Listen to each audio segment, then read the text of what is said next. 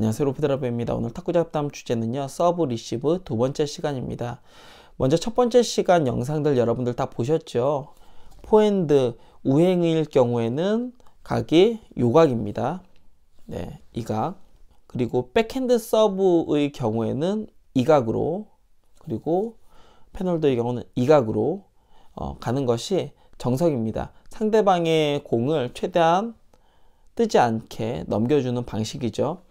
사실 이것만 여러분들이 생각을 하시면 웬만한 서브는 여러분들이 받을 수가 있습니다. 처음 리시브 자세 잡고 눈높이를 공으로 잘 보고 있다가 상대방이 백을 하는지 혹은 포핸드를 하더라도 끝에서 우행이 아닌 좌행으로 가는지만 잘 보시게 되면 훅 서브의 경우는 백핸드랑 같다고 이야기를 드렸죠. 그리고 YG 서비스의 경우에도 백핸드랑 같기 때문에 무조건 이렇게 하면은 잘 들어갑니다. 그런데 사실 이 영상을 보시는 분들이 대부분 리시브를 잘 못하시고, 그리고 보통 유튜브에서 리시브에 대한 영상을 많이 보시는 분들이라고 생각이 들어요. 그래서 머리로는 많이 공부를 하는데 실제로는 시합 중에 그러한 리시브를 잘 사용하지 못하시는 분들이 아마 대부분일 거라고 생각이 들고요. 사실 저도 그렇습니다. 가장 이게 쉽기는 한데요. 근데 상대방이 제가 그렇게 대처할 줄을 알고 3구 시스템으로 제가 보통 백핸드를 이렇게 받았을 때 상대방이 백핸드 쪽에 기다렸다가 백 드라이브를 한다거나 갈라서 친다거나 했을 때는 굉장히 난감하거든요. 그렇기 때문에 오늘은 좀 극단적으로 상대방을 흔들 수 있는 방법, 혹은 그리고 도저히 어떻게 서비스를 대처해야 될지 모르는 분들에게 사실은 좀 편법이 될 수 있는 방법 두 가지를 좀 알려드립니다. 첫 번째로는 상대방이 우행, 횡회전 서비스를 합니다. 제가 분명 이렇게 하라고 이야기를 드렸는데 여러분들이 아무리 집에서 이렇게 연습을 해도 시합 중에는 잘 계산이 안 돼서 이렇게 해야 되는데 이렇게 해가지고 공이 튕겨 나가거나 혹은 네트에 걸리거나 하는 경우 때문에 스트레스를 받으시는 분들에게 상대방이 만약 이런 식으로 우행, 하회전, 물론 하회전, 횡회전은 어느 정도 구분을 하실 수 있어야 되지만 보통 이런 자세로 하게 되면은 여러분들도 서브로 오는 그 공을 상대방과 동일한 서브 폼으로 리시브를 하는 것입니다. 예를 들면 상대방이 우행으로 했을 경우에는 정석은 사실 그 공 회전을 여러분들이 먹어서 최대한 다스려서 리시브를 하는 것이 가장 정석적이라면요. 근데 이번에는 서브가 이렇게 우행이 왔습니다. 우행이 왔으면은 보통은 좌쪽으로 공을 최대한 잡아서 다스려서 리시브를 하는 것이 정석인데 우행이 왔으면은 나도 우행을 갖다 해주는 겁니다. 오히려 역발상적 생각이죠. 근데 여러분 물론 우행, 횡회전만 많이 걸리고 하회전이 많이 안 걸렸는데 여러분들이 우행, 하회전처럼 리시브를 할 경우에 공이 좀 뜹니다. 그런데 여러분들 제가 앞전에 방구석 서브 연습에서도 이야기 드렸듯이 횡회전을 걸 경우에는요, 공 자체가 멀리 가지 않고요, 그리고 최대한 낮게 떨어집니다. 그렇기 때문에 공이 뜨더라도 상대방 코트 내에 들어갈 경우가 굉장히 많습니다. 조금 야매스러운 오늘은 좀 방법을 알려드릴게요. 상대방이 우행 서브를 넣었습니다. 공이 들어옵니다. 이걸 갖다 어떻게 처리를 해야 될지 모를 때는 여러분들도 상대방의 폼과 동일한 여러분들이 스윙을 해주는 것입니다. 보통 공이 이렇게 오면 공이 이렇게 지금 들어오는데 이때 사실 정상적으로는 이렇게 맞는 것이 정상적입니다. 보통 이렇게 맞는 것이 정상적인데 이거를 다시 여러분들도 우행 하회전으로 넣는 것입니다. 하회전이 더 많이 걸리는지 횡회전이 더 많이 걸리는지 사실 그 찰나의 시간에 계산하기가 쉽지 않잖아요. 그렇기 때문에 보스커트 제가 이야기를 드렸죠. 보통 찍는 보스커트가 있고 그리고 묻히는 보스커트가 있는데 이럴 때 약간 찍어주듯이 서비스를 합니다. 즉 좀 빠르게 횡회전을 좀 빠르게 넣는 서비스 자세로 리시브를 합니다. 보통 공이 이렇게 오게 되면은 그냥 저도 이런 식으로 리시브를 갖다 하는 것이죠. 그러면 상대방이 서비스한 그 위치, 그러니까 보통은 백 쪽이겠죠. 상대방 백 쪽으로 공이 가는데 상대방이 저에게 서비스를 한 것을 제가 다시 상대방에게 서비스를 하는 효과가 있게 됩니다. 백핸드는 어떻게 하냐? 동일합니다. 백핸드를 상대방이 했을 경우에 저도 상대방 서브한 위치로 백핸드를 갖다 동일하게 하는 것입니다. 근데 이때 핵심은요, 상대방이 서비스한 그 위치 방향으로 백핸드 하회전을 넣을 경우에는 보통은 공이 약간은 뜨긴 하지만 상대방 코트로 들어가게 됩니다. 네, 이게 첫 번째 방법이고요. 두 번째 방법은요, 정말 원초적인 방법이고 아마 선수들도 많이 사용하고 있는 방법인데요. 바로 보스커트 편에서 제가 이야기 드린 찍는 보스커트를 이용을 하는 것입니다. 근데 저희 경우는 좀 중립적인 위치, 그러니까 상대방의 하회전을 보스커트 하는 각도와 상대방의 횡회전이나 상회전을 보스커트 하는 방법, 이 부분에 대해서는 잠시 영상 보여드리도록 할게요.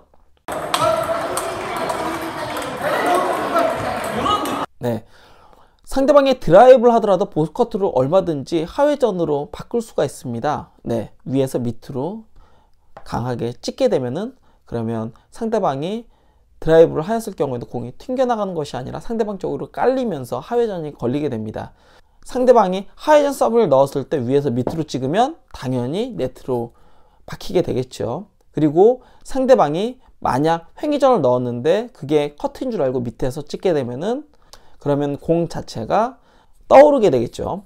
네, 이 중간 지점을 여러분들이 사실은 이건 좀 연습을 하여야 하는데 좀 중간 지점을 찾는 겁니다. 보통 저희 경우는 하회전 서비스에 대한 보스커트는 이 정도 각도라고 치고요. 그리고 상회전의 경우는 이 정도 각도라고 치겠습니다. 중간 한 이 정도 나오겠죠. 이 정도를 최대한 짧게요. 길게 가는 것이 아니라 짧게요. 몸을 최대한 넣어서 짧게, 모르는 공의 경우는 그렇습니다. 짧게 쿡 하고 찍어줍니다. 이때 중요한 것은 라켓을 꽉 잡는 것이고요. 그리고 공 자체를 쿡 하고 찍어줍니다. 이때 코트의 중간 쪽을 향해서 빠르게 쿡 하고 찍어주게 되면은 우행 좌행에 따라서 공 자체가 어디로 갈지는 모르겠지만 이게 또 상인지 하회인지 이런 것을 잘 알 수는 없지만, 물론 임팩트를 강하게 걸면은 우행이든 좌행이든 내가 원하는 위치로 공 자체가 가긴 합니다. 근데 이때 횡회전이 걸렸을 경우에 공이 약간 뜨게 되죠. 지금 이 방법은 사실 제가 서비스 리시브를 할 때 가장 많이 사용하는 방법입니다. 왜냐하면 서비스라는 것이 제가 앞전에도 이야기를 드렸지만 우행, 좌행, 하행, 상행 이렇게 총 4가지의 서비스 회전이 있는데, 근데 서비스를 하는 사람들의 폼은 정말 모두 다 다르기 때문에 횡회전과 하회전이 걸렸는지 상회전이 걸렸는지 우행이 섞였는지 좌행이 섞였는지 이걸 구별하는 게 사실 쉽진 않아요. 모션이나 혹은 여러 가지 또 트릭들이 있기 때문에 그렇습니다. 그런 거 계산하기가 너무 힘들 때는 그냥 살짝 횡회전보다 살짝 더 세워서 쿡 하고 찔러주는 거예요. 짧게요. 길게 찌르면은 공이 딸려서 네트로 걸리니까 쿡 하고 찔러줍니다. 그러면 보통의 경우는 하회전이라고 염두에 두고 찌르는데요. 근데 혹은 제가 착각을 해서 횡이나 상회전이 걸렸을 경우에 공이 뜨겠죠. 당연히 공이 뜹니다. 뜨는데 강하게 보스커트를 할 경우에는 뜨긴 하지만 공 자체가 멀리 가지 않고 짧게 떨어지게 되고요. 좀 살짝 높이 뜬 상태에서 하회전이 굉장히 강하게 먹게 됩니다.